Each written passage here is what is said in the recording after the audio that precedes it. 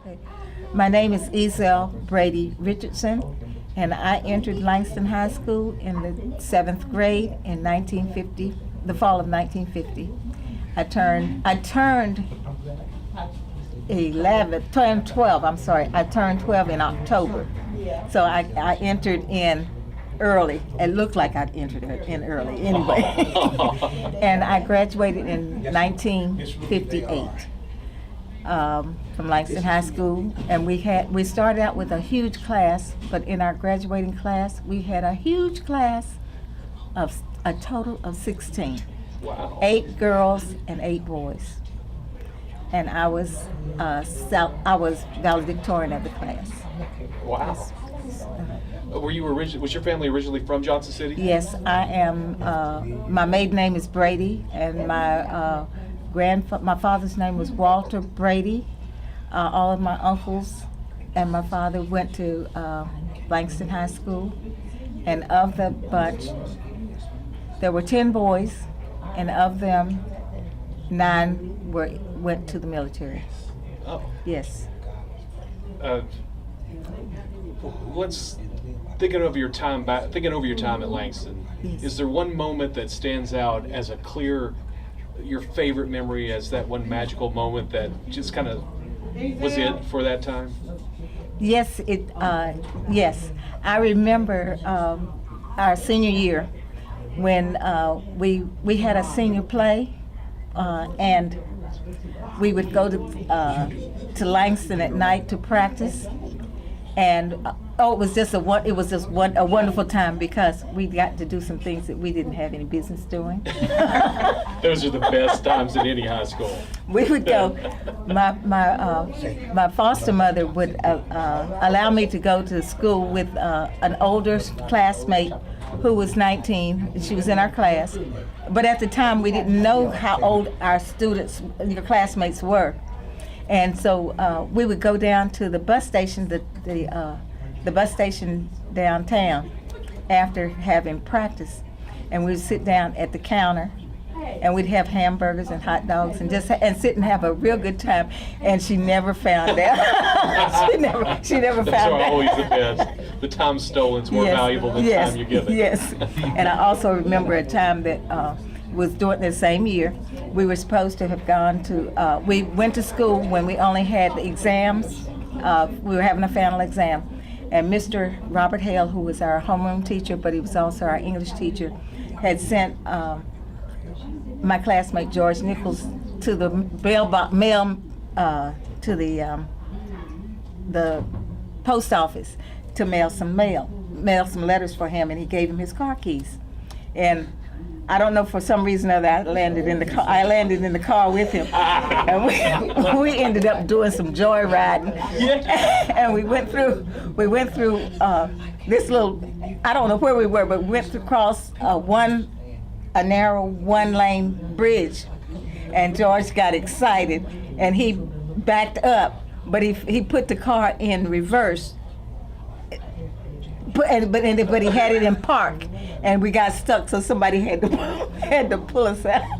Oh. After that was the end of the joyride. You're lucky it wasn't the end of your scalps. How about that? Because if my foster mother knew about it, I would have been scalped on both occasions. I think what my grandma would have done in that situation. But that's the only time I could say that I had anything else, because I couldn't go anywhere unless I was chaperoned. And those 2 times, I wasn't chaperoned. No wonder you needed a chaperone. Because I had to go to the prom in a cab. Oh. With her in the back seat. Oh. And I couldn't go to the after party. I wanted to go to the after party, and she told me, no, you don't need to go. I said, well, but my brother and my uncle are going to be there, who was a year ahead of me. And she said, but they're not going to be watching you. So I couldn't go to the prom. I couldn't go to the after party. Oh.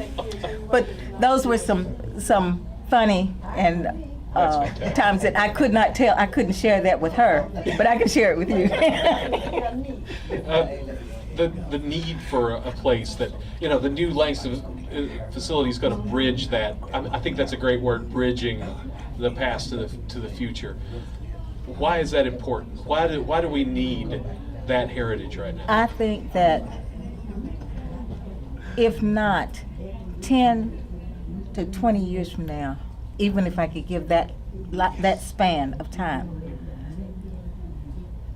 our family members, if we don't do something, won't ever know that there was ever a Langston High School and the wonderful things that came out of Langston High School.